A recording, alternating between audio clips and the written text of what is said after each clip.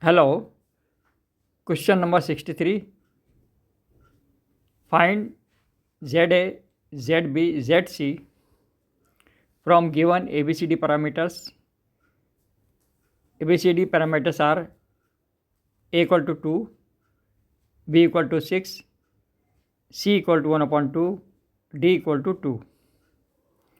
Solution.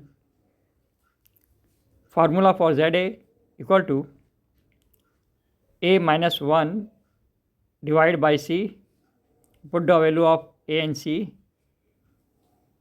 So ZA equal to 2 minus 1 divided by 1 upon 2.